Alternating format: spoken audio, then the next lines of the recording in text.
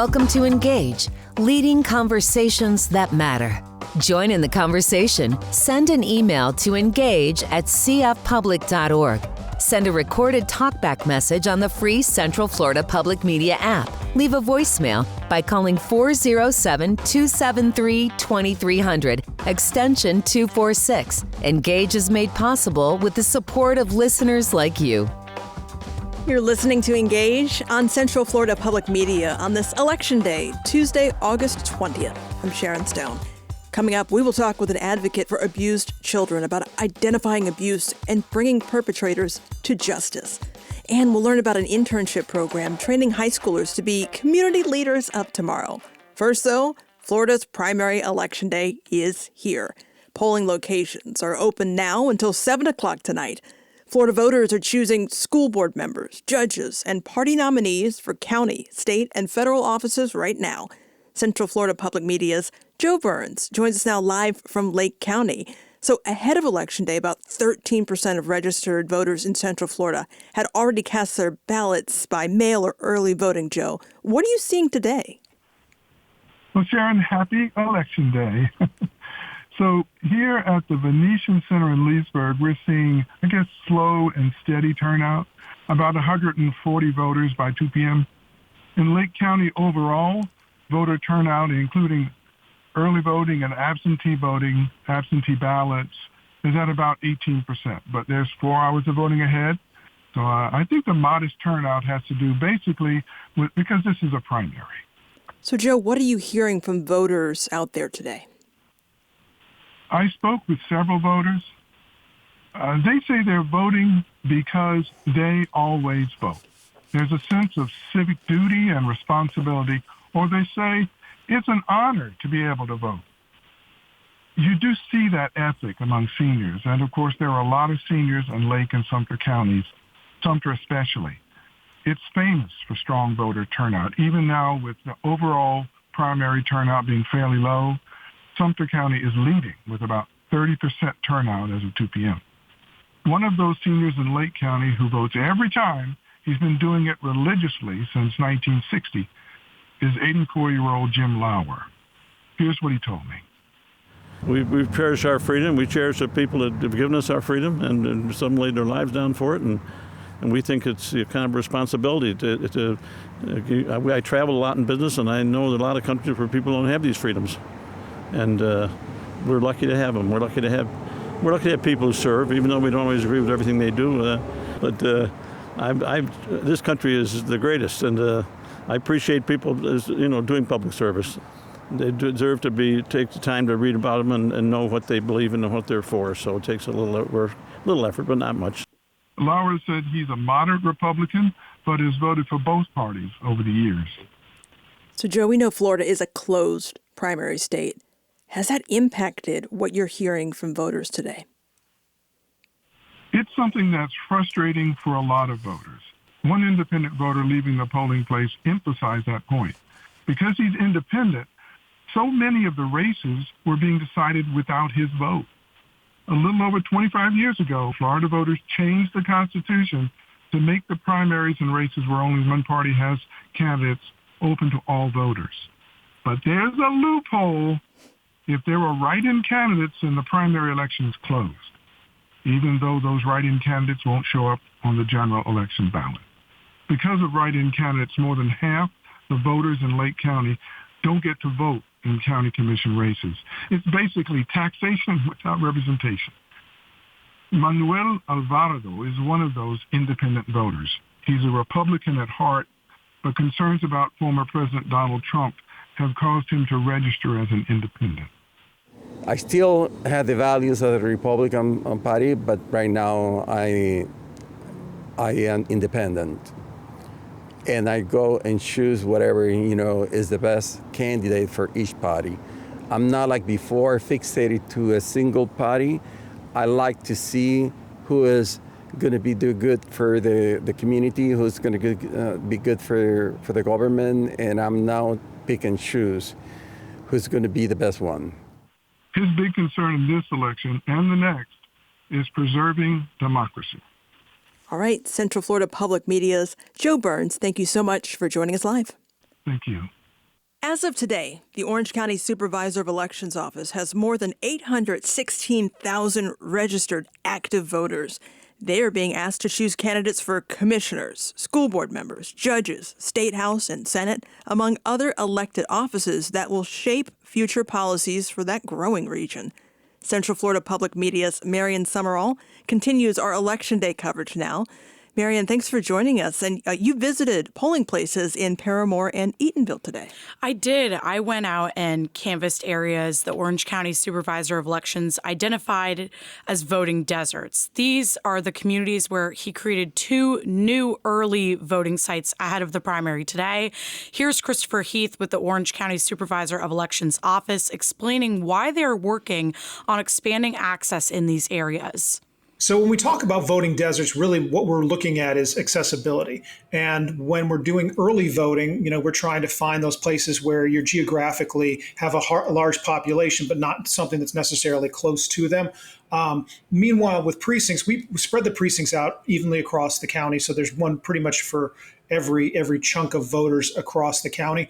But it's different neighborhoods vote at different times of the day, depending on kind of, the people that live in that neighborhood. Maybe, majority of them have more time in the morning. So that may have a spike there, whereas another neighborhood where the majority of the people have time in the afternoon are going to show up later. So it really all depends. Every one of our precincts is going to be a little bit different depending on the kind of neighborhood that they cater to. And that's because each precinct is going to be geographically tied to that neighborhood. Marian, what did you learn about what's driving people to the polls? So some voters spoke to me and told me it's the issues that are grabbing national headlines that are driving them to the polls today. For me, it was definitely education and reproductive rights, because I think, especially here in Florida, it's something super important to think about. Others say they were driven by the positions on the ballots. Definitely, mostly the judges for me, senators, okay, but mostly the judges. As I saw voters come in, people seemed excited about voting in person, even though the precincts I went to were a little slow. I think it was because of people working, and Christopher Heath expects we will see a surge after work hours between 5 and when the polls close at 7. And has Orange County encountered any issues today with any kind of equipment or security concerns? I checked in with Christopher Heath with the Orange County Supervisor of Elections office this afternoon. He said they have more than 250 precincts across Orange County. So when you have that many precincts and that much equipment, technology problems can occur. We have contingency plans in place for everything. We have redundancy built into the system. And then we also have an amazing staff here at the office on the tech side who can troubleshoot remotely or actually go out there and check it out, in person if something comes up. So, a couple minor hiccups, but that's to be expected when you're looking at just the sheer number of polling locations we have. But everything's running smoothly right now, and we're hearing no issues. And just a reminder for you last-minute voters, polls are open until 7. If you were in line at 7 o'clock, you will be allowed to go into the precinct and cast your ballot. Central Florida Public Media's Marian Summerall, thank you so much for your time. Thank you, Sharon. You can compare the candidates and learn more about the issues on the ballot for the primary election today and the general election with our Central Florida Public Media Voter Guide. You can find that on our website, cfpublic.org.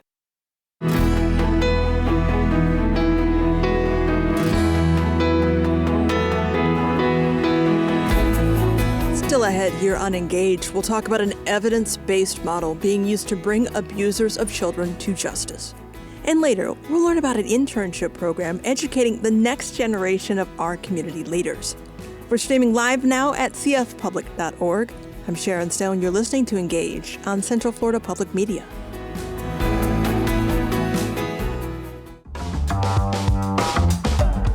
You're listening to Engage on Central Florida Public Media. I'm Sharon Stone. Ahead on this program, a Bank of America high school internship program teaches motivated students how to become community leaders by working with the Boys and Girls Club. A lot of students were not at reading level, and children in 3rd grade were struggling to read books you maybe would see a 1st grader reading. So a big emphasis during my time in the clubs was focusing on literacy. We'll meet the students and the administrator of that program. First, though, it's uncomfortable to talk about, but every community is impacted by child sexual abuse. But we can try to make a difference by raising awareness and learning about the recovery services that exist here to help these young victims. The Children's Advocacy Center Osceola responds to such abuse with specialized care that is based on research on the best ways to support families and kids. Kissimmee Police actually spearheaded the effort to create that CAC Osceola because they wanted a community-based center that is a safe, family-friendly, centralized place where everyone involved in the child abuse investigation, treatment, and recovery can all be. And that model can actually help get cases prosecuted and hold offenders accountable. A centralized community center can make it a more comfortable process for prosecutors to get that information they need without forcing kids to relive their trauma ad nauseum. Joy Chuba is the director of the Children's Advocacy Center Osceola. She is also a licensed clinical social worker and has been working with child victims of crime since 1995. She says child sexual abuse breeds in secrecy and counts on all of us being uncomfortable. So she joined Engage to shine the light on this issue and to talk about it. A big part of the Advocacy Center is actually prevention work. Chuba began the conversation by outlining some of the prevention methods her organization recommends. From a very early age, first of all, teaching children the accurate and correct names for their body parts, right? So a lot of people have cutesy names for body parts that they refer to them in that way. But you want your child to be able to identify clearly to someone else on what's happened. So if you say, we refer to private parts as the cookie. Okay. Well, if they go to school and they say someone touched my cookie or someone bothered my cookie, it could be misunderstood. Also creating boundaries for them and letting them know that the parts of their bodies that are covered by bathing suits are areas that are private areas, right? So starting from a very young age, doing some education and, having open conversations with them, it's really never too early to start some of those boundary settings. Other things like from a very early age, children should know that there are a couple of family rules. The first family rule is we don't keep secrets. My family doesn't keep secrets. And you should be open about that. Talk about that. Have your children practice saying that. Because if an offender tries to approach a child and they say, I have to check with mom, or my family doesn't keep secrets, that offender is seeing that child as more worrisome that they might say something. The other thing that I explain a lot about prevention is that, in the olden days when I was growing up, there was like a conversation about, maybe this when you become a certain age, right? Well, when we teach children to look both ways before they cross the road, or we do a fire drill in our home, we don't say it once and never practice and never talk about it again. This should be an ongoing conversation that we have from a very early age. Unfortunately, when you try to raise the issue later, like preteens or teens, or you try to start establishing some of those boundaries then, it could be more difficult, certainly not impossible, but also, again, letting children know that there are trusted adults that they can go to, and it should be more than just parents or mom or grandma or caregiver. It should be several people in case there is a situation where their child is at school or something. Who could I talk to? It's a trusted adult. Also code words, right? So offenders often are looking for children who are vulnerable. So children who maybe don't have as much supervision as other kids, children who might feel like their home life isn't wonderful. So, that vulnerability is what we need to look at decreasing when possible. Code words. So for instance, if someone shows up at this child's school and says, you know what, mom was late for work, she asked me to pick you up, they should have a code word. If they don't know the code word, you don't get in the car with them. Also telling children, hey, I need to check first if there's any change in schedule. I need to check with mom. I need to check with dad. I need to check with whoever to get those sort of safeguards in place and from a very early age. Another opportunity, is the media. So, unfortunately, we want to shield kids from some of the horrible things that happen in our world. But the reality is they're hearing about some of these things from kids at school, from television, from the internet. And so it's a great opportunity when there are stories about child abuse to ask your child about it. What do you think about that? Well, that's really sad. What would you do if you found out someone in your class was being hurt? And have those open conversations with them. Again, it lays the groundwork for this is not a taboo subject. We as a family, or we as the adults in your life, are open and comfortable talking about that. Joy, how are these cases initially discovered? Is it happening? Is it teachers paying attention? Is it family, police? How do we even find out about them? So, all of the above. If you look at the trends and the reports to authorities, you are going to see a high percentage of those being school professionals because the kids are there. And we see a decrease in the number of referrals for abuse reports during the summer or during breaks when children are not at school. So currently, anywhere that children are visible in the community, at the Advocacy Center, we don't have jurisdiction or the right to examine, interview, or intervene unless formal authorities are notified. So all of the cases that we work at the Osceola Center have been reported to the appropriate authorities, and there's an open formal report. A lot of people ask, what are the signs and symptoms, right? How do I know that my child is being abused, or I have a concern about a child that I know? The first and most significant indicator is that they tell you that. They tell you they're being abused, right? So younger children tend to spontaneously report. They don't mean to, it just kind of pops out. And then older children, especially teens, will sometimes tell a trusted friend. And then hopefully that friend will tell an adult so it can get to the authorities. But all of the cases that we're working are ones where, it has been formally reported. There certainly are some behavioral concerns to look for, but every child is different. And Sharon, just like you and I, we're different individuals, so we respond differently to stress. So do children. So it's really just to pay attention to if there's a behavior change, if the child says something that's worrisome, and they may not want to be around the individual that, and they might not say why, but they might be trying to avoid being around that individual. It's also super important when we talk about child sexual abuse to understand that the majority of sex offenders are somebody known and trusted to the family. And that is clearly the ultimate betrayal.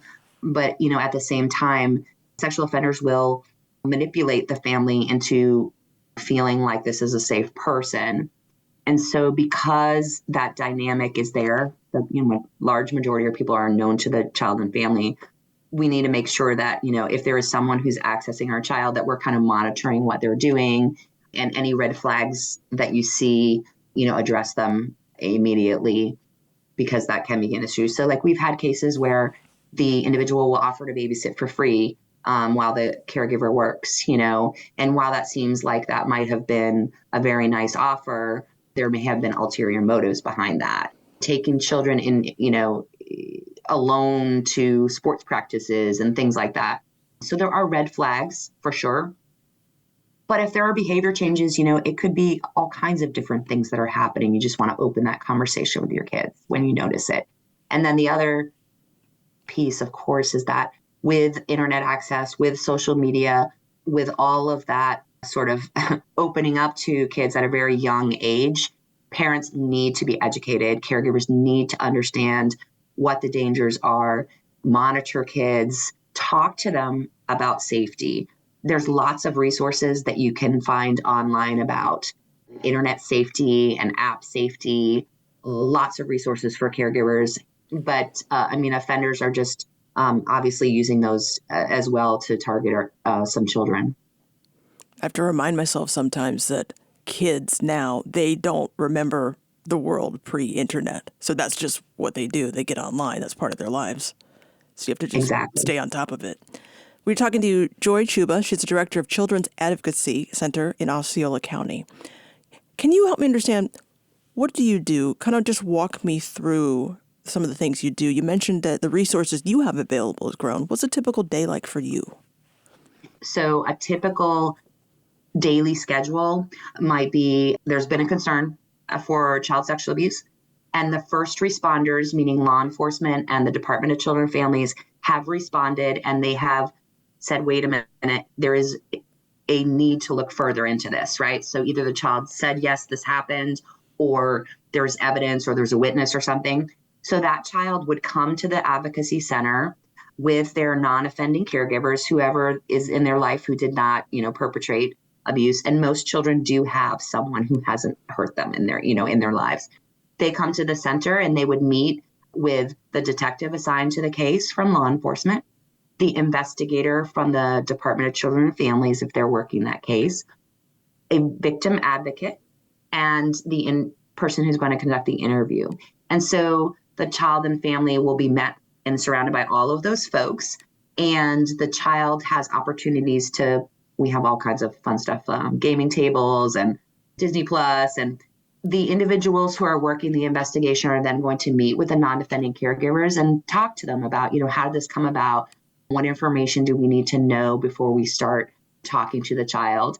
And then one interviewer will go to an interview room where it's recorded, and they will have an interview with someone who is trained to ask developmentally appropriate, non-leading questions in order to find out the facts. Because oftentimes people ask me, is it true that the Advocacy Center verifies every report? No, that's not true. It is equally as important to rule out abuse as it is to discover it. Having said that, we only are seeing the cases in our center where the first responders have already identified there's a need to look further. So if they go out and there's no evidence that they are aware of, that child wouldn't come to the center. So it's true that we're seeing the cases where there's already an indication. But for those cases where, sometimes a well-intentioned adult questions a child, they're not trained in it, and sometimes it's emotional. So they might ask a question that gets misunderstood or gets kind of the ball rolling, and we find out after they come to the center, good news, this didn't happen. For the cases that are confirmed, and they may have a medical evaluation on site that same day, but for the cases that are confirmed, our victim advocates then are connecting the child and family with recovery resources. So the thing about child sexual abuse that's super important is because trauma can be effectively treated. We know so much about how to address the issue. In fact, 75% of the children who have been victims of abuse and go through an evidence-based therapy practice, which we have on site, 75% of them no longer have PTSD symptoms after follow-up.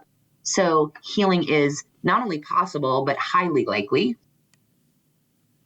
We're speaking with Joy Chuba, Director of Children's Advocacy Center Osceola. Do you think the center makes a difference in terms of holding people accountable who are doing this, getting them off the street, stopping them from doing it again? So, that's a great question. That was actually one of the reason why CACs were founded initially, right? So I definitely believe that children and families respond much better to the Advocacy Center initial response than how it would be without one, right? So reducing the number of times they're interviewed during the investigation doesn't mean they won't be interviewed again if they go to therapy or it goes to criminal court.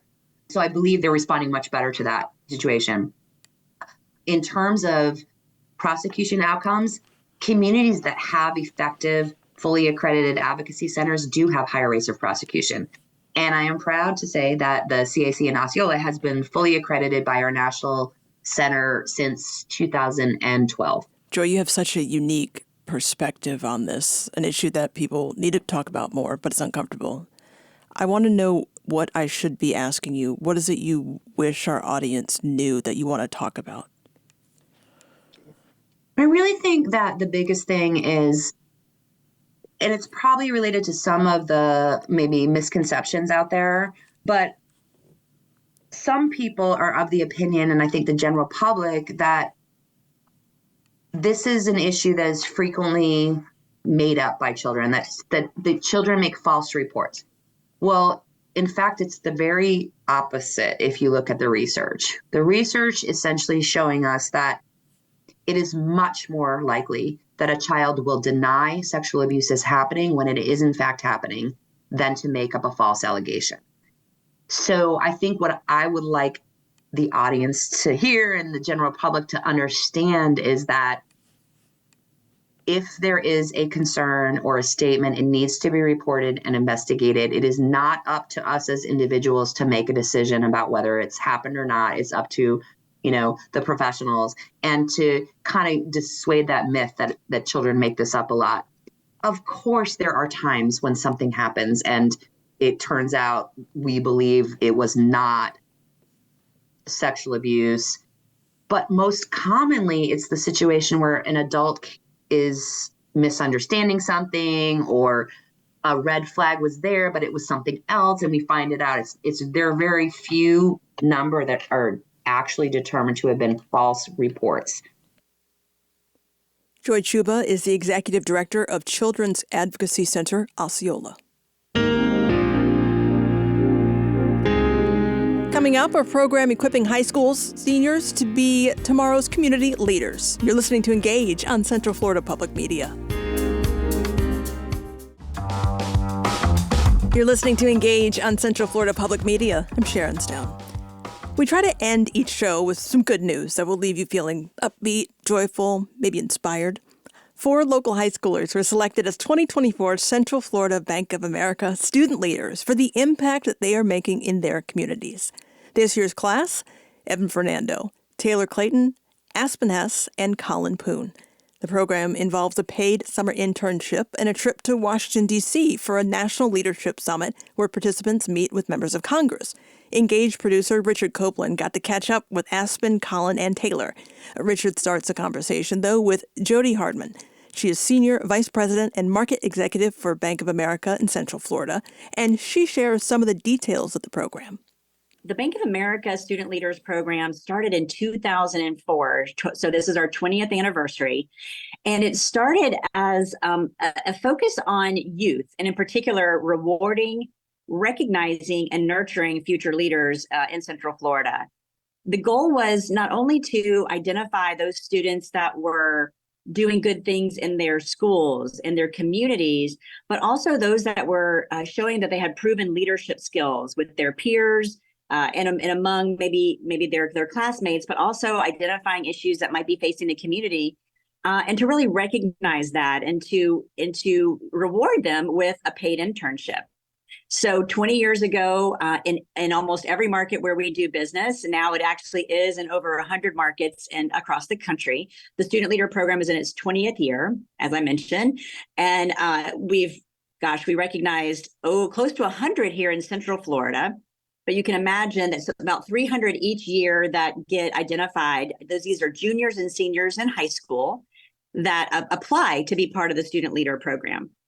So it has been a long-lasting program because we not only believe that students like the ones that you're going to talk to need to be recognized, but they also need to be mentored. They need to be kind of encouraged because many of these students are one of a kind in their schools, or they might be a small group of students that are really eager, anxious to solve problems and really wanting to bring others along with them.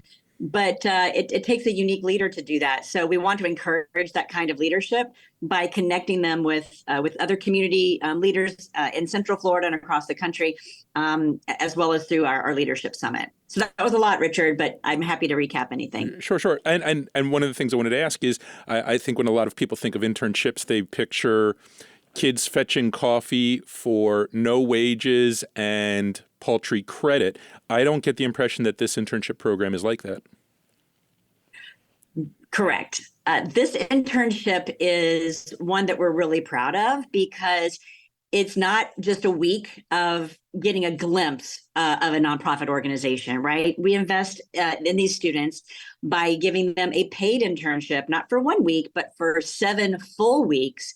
And in this case, at the Boys and Girls Clubs of Central Florida.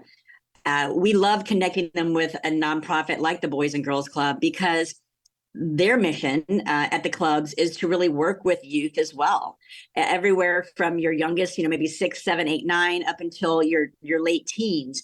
And the mission really is, I say it's to change lives, but in many ways, their mission is to save lives and to get those lives on the right track towards success. And so our student leaders have a 7-week internship. It is paid. It is higher than minimum wage, and it's also an opportunity for them to learn how taxes work because it's taxed income. And to that point, it really is about giving students an opportunity to experience work because they become really a staff member of the Boys and Girls Club. And it's giving them an experience of working with a mission in Central Florida that is changing lives. And so that's what we're really excited about in this particular internship. And they're picking up skills that they can bring back to their own programs. Well, that is the thing, right? You're definitely learning teamwork. You're learning how to manage conflict. You're learning how to set the right tone for your team at the same time. You're also learning discipline. You're learning how to organize, to manage, to lead events. I mean, I'm speaking for what I've seen. The students can tell you what they've learned, but it is real world. It is hands-on, and it is life experiential learning. And there's nothing better than that. So let's meet the students. Taylor Clayton will be a senior at Horizon High School. Aspen House will be a senior at Leesburg High School. Colin Poon just graduated from Apopka High School, will be taking a gap year in Taiwan and returning as a student at the University of Florida. So Aspen, I'd like to start with you. You're attending Leesburg High School, Title I school, and you saw needs among the student body that led you to collaborate with some other organizations within the community. So talk to me a little bit about those needs that you saw. In terms of issues I saw specifically with the youth and during my internship in the Boys and Girls Club, coming from a lower socioeconomic community, I think there's a big emphasis on trying to get kids through the grade levels so that they are able to graduate and hopefully pursue some sort of technical career or a college education. But a lot of times there is oversight, and we lack certain educational resources for students to really gain the full access to literacy. And I think that was a major issue I saw in the Boys and Girls Club, was a lot of students were not at reading level, and they often, like children in third grade, were struggling to read books you maybe would see a first grader reading. So a big emphasis of mine during my time in the clubs was focusing on literacy.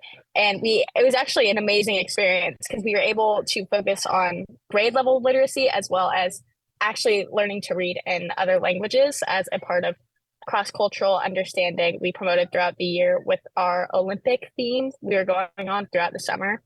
But as far as issues I saw in my community that I wanted to address prior to my internship, I actually am very honored to say that recently I started the Volunteering Lake County. It's a branch of a nonprofit called Volunteering Miami.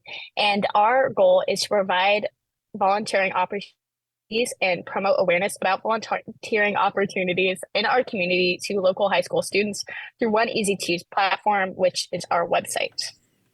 Sort of a nonprofit navigator.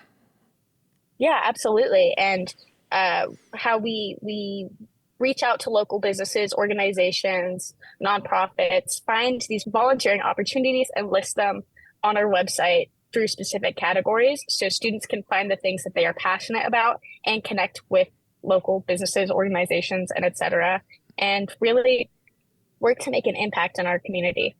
And what kind of feedback are you getting, both from the students who are volunteering and the organizations they're working with? So far from the volunteers we've been able to connect, it's been great. We are working on growth right now. So if any students out there are looking for an internship opportunity, we are looking for outreach coordinators.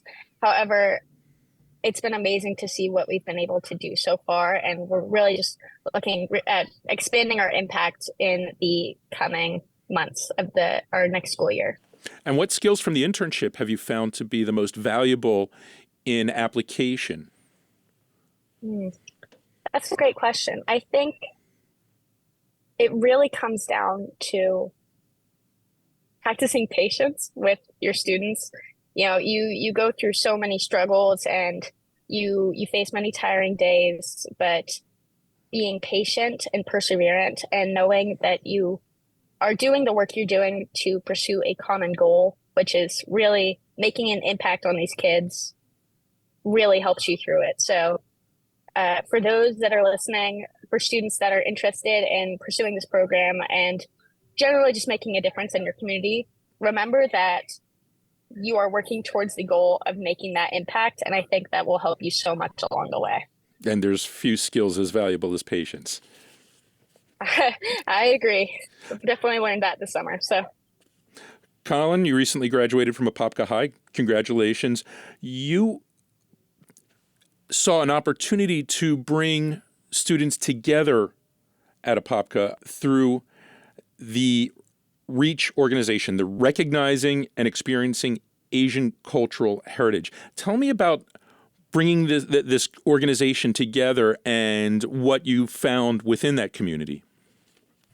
Yeah, and thank you, Richard. So my name, basically in terms of Reach of Central Florida, it was really one of the first organizations that I found to connect to my Asian American heritage as a Asian or someone of white and Asian heritage.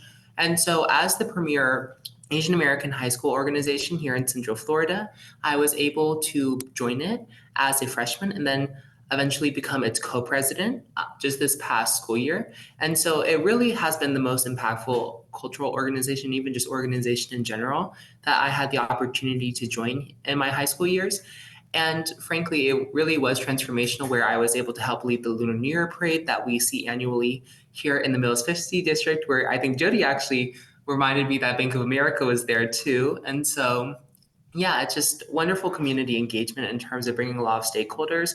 And it's even been really, I guess, just inspiring in terms of what we've seen recently in terms of more corporate involvement in the Asian American community here, be it KPMG, Bank of America, and so many different organizations coming together to celebrate Asian American cultural heritage in the community and in our schools. And this is, you know, when we say the Asian heritage, we're talking about a lot of different heritages, a lot of different cultures. Talk a little bit about how bringing these students together and bringing everybody together, you're acknowledging the unity, but also acknowledging the individual cultures. Of course. So yeah, it's actually really interesting being an Asian American because we are the most diverse racial group in America, because we go anywhere from Japan to India in terms of our reach and in terms of cultural diversity. And so really, Reach has given us the opportunities to come together as Asian Americans, because that is sort of a label we were given coming to America. No one really just uses the term Asian in Asia because there's individual nations. But here we're able to celebrate together, be it the Lunar New Year parade, where Chinese, Vietnamese, Koreans, and the Chinese diaspora all come together to celebrate the Lunar New Year, or be it trying to elevate South Asian Americans, because South Asian Americans are often forgotten in terms of Asian American cultural advocacy, being Indians, Pakistanis, Sri Lankans, and Bangladeshis. And so really reaches an opportunity to understand other cultures as well as your own. And so I think it's really important in terms of the Asian American community, because each ethnic group alone is too small to make a difference. So coming together is a necessity, and being able to have group impact in terms of political, cultural, and community involvement and impact. And your group's objective is a little different than Aspen's in that there's, it's a lot about developing and establishing community and networking. So tell me, and I don't want to ask you the same question that I asked Aspen, in the course of the internship, what skill did you find was most valuable in application as you're managing Reach? So yeah, I'd say that actually in terms of just patience, I guess, would also, just like Aspen said, actually, just because there is a lot of work that you want to get done just in this one summer to help transform kids, but research has shown it takes years to be able to really make an impact on a kid and to really just be able to close gaps that we got from COVID in terms of education. So giving patience to yourself and understanding that you are making progress with the student in terms of literacy, math, cultural understanding, any of those gaps that Boys and Girls Club is really trying to fill, that was really a key tenet of what we needed as Boys and Girls Club interns. But moreover, I would say for Reach as well, patience is really required to be able to wait for certain things, such as having the Asian American History Bill come in as a Florida piece of legislation that is now state statute in terms of having Asian American history in our state statutes and in our state standards in terms of K through 12 education. We had to wait through that for about 1 to 2 years, and we were worried that it wouldn't pass because of the status of the legislature in terms of their positioning on certain things. But luckily that was able to pass. So having patience is really key, I think, in both organizations. And I'm hearing a recurring theme develop here with patience. Thank you, Colin. Taylor, you have a very unique story. Could you share with us how you came to put together Threading It Forward and what service this provides? For a little bit of background on Threading It Forward and why I started it, it's a unique kind of background. I think for me, the first thing is my involvement in speech and debate. I think that entering high school, I didn't have as much knowledge on multiple topics as I would wanted. And I think that's why I joined speech and debate my freshman year. Entering the surface, you learn so much about so many things, whether that be healthcare, climate change, human rights, economy, every single thing you could think of, every sector globally. So I think that when I opened myself to the world of speech and debate, I was able to learn a lot more than I ever have learned, especially about these worldly topics. For speech and debate, one of the main things that I recognized wasn't talking about a lot was domestic violence and the funding that it provides. A lot of domestic violence shelters and a lot of its organizations are extremely underfunded because of the premise that it should be a silent shelter. Because of that, a lot of them don't get a lot of necessities needed to them, whether that be clothes or bathroom necessities.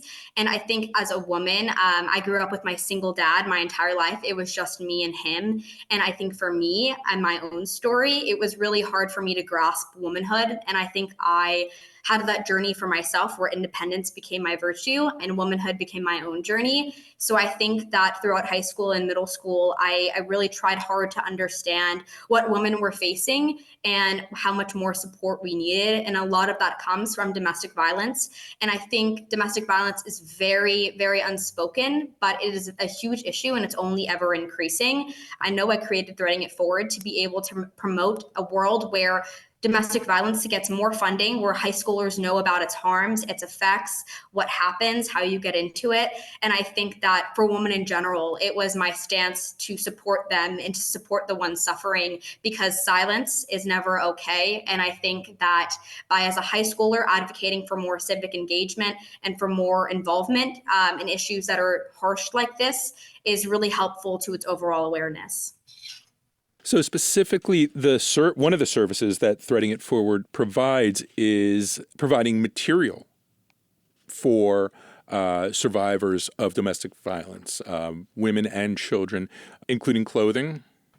Yes. When it comes to clothing, I conduct clothing drives throughout throughout my high school. I'll do fall, summer, and all of that kind of like spring clothing drive. So those will be held kind of by the end of the month. This year I did like a winter clothing drive in December where people could bring and donate any clothing items that were like long sleeve, long pants, or any children's clothing as well. For a lot of my friends and my peers, they donated stuff from their siblings, like their younger siblings, stuff that they grew out of that could be used, whether that be longer clothing or shorter for the summer and those kind of months. We also provide a lot of support when it comes to just support in general. We did a fundraiser where we wrote during my lunch period in the 30 minutes we had, I set a table outside of lunch and we were able to get 250 cards written for domestic violence victims from peers at my school. I also do like a lot of engagement when it comes to the materials and everything. A lot of the students really just want to help out and volunteer and get involved in the club. So I think just being able to promote it to the school and seeking help from my advisors and from my peers, especially when it comes to clothing, has been really helpful in me running all of the drives. Colin, I'm going to wrap with you. You're bringing a different perspective than Aspen and Taylor in that you're a graduate. This is behind you for the most part. So what would you say to freshmen, sophomore, juniors to get them engaged, to make them aware of what they are capable of? I think a lot of young people don't believe that they have the ability to affect change. What would you say to those students? Well, first thing I'd say is actually join a Boys and Girls Club. Actually, the first time I wanted to do something in terms of my community was through the Boys and Girls Club, but it was specifically at my middle school, being Wolf Lake Middle School in northwestern Orange County, where they taught me for the first time to do something after school, because I think many kids, after they're done with school, they'll go home, they'll do nothing, and then they'll just sit around and they'll scroll on the phone, right? But when you learn and you put either yourself or your child through certain programming after school, that gives them sort of a freedom to be able to explore themselves and explore what they like to do. I think that really makes a change. And specifically for students, be it in the Pine Hills area with the Walt Disney Clubhouse, or further south of East Colonial Drive with the Universal Club branch, specifically those clubs because they have a lot of teenagers. Older students there are able to sort of experience really a lot of things that you might not necessarily be able to experience during the day at school, and really be able to have a lot of ways to be able to see what you can do physically just in terms of your own interests. And then from there, you learn you can make like a bit of a difference, and then you really want to expand it, right? I think now that I've gotten older, after I was in the Boys and Girls Club in middle school, after the Atlanta spa shootings, what I ended up realizing is I wanted to make a difference for the Asian American community. And so that's what pushed me to do it. And, I went from just joining this like Asian club that I had no idea what it did, or, I just knew that it did something with culture in Orlando, and I joined it, and I ended up becoming co-president and leading like a 50 plus volunteer event like throughout the year, one of the biggest Asian American events that you will see here in Central Florida. So I don't think it's a matter of what you feel like in the moment. You just have to trust yourself to know that you can do it, but also you have to just build yourself up through your environment. I think, first of all, to know that you're surrounded by people that support you, and just have experiences so that you know that you're ready for the next thing. Just making sure that you have a passion for it and finding what you really like, because everyone has something that they're passionate about, like even if you just scroll through social media, those posts that you're like, wow, like, oh my gosh, like it riles me up, or like, I'm like, oh, I want to do something about that. And so I think Gen Z is very underrated in terms of like their actual involvement. I think it's just hard for kids because we see news from all over the world all at once on one social media site. No other generation's really done that except for, I guess, Gen Alpha, which is crazy because they're younger than us, but we are the first generation. That was Colin Poon, Taylor Clayton, and Aspen Hess sharing their impressive accomplishments with Engage producer Richard Copeland.